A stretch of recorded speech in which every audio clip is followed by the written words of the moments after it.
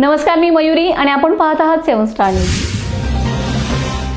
खटाव तालुक्यातील इयत्ता 5वी ते 10वी वर्गात शिकत असणाऱ्या 350 गरजू मुलींना आशा फाउंडेशन या सामाजिक संस्थेने शैक्षणिक साहित्य, आर्थिक मदत करून शिक्षण घेताना येणाऱ्या अडचणी दूर करण्यास मदत करण्याचा एक छोटासा प्रयत्न करण्यात आलाय। त्यांच्या या कार्याचे अनेकांनी कौतुक केलं असून दरवर्षी आम्ही खटाव तालुक्यात येऊन मदत करणार असल्याचे संस्थेच्या पदाधिकाऱ्यांनी यावेळी नमूद केले। गोपूस तालुका खटाव येथे आशा फाउंडेशनच्या वतीने गरजू, अनाथ व एकल पालक असलेल्या गरजू 350 विद्यार्थिनींना आर्थिक सहाय्य आणि शैक्षणिक साहित्याचं वाटप करण्यात आले।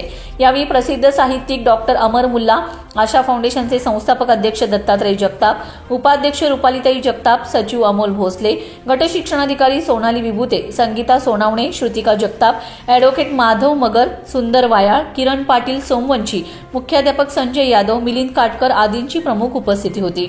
यावेळी डॉक्टर अमर मुल्ला म्हणाले की सावित्रीच्या लेकीच्या शिक्षणासाठी आशा फाउंडेशन करत असलेले कार्य खूप प्रेरणादायी आहे। आपण समाजाला काहीतरी देणं लागतो या भावनेतून आशा फाउंडेशनची टीम काम करीत आहे।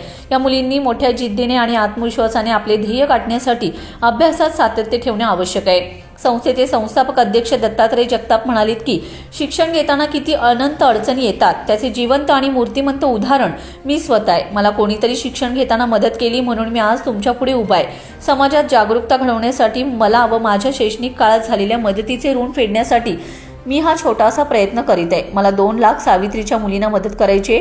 खटाव तालुक्यातील यामध्ये आलेल्या निवडक रत्नांची मी निवड करणार आहे व यातील बऱ्याच विद्यार्थिनींना त्यांच्या स्वप्नांचे ध्येय गाठण्यासाठी मदत करणार आहे। Bureau report 7 star news.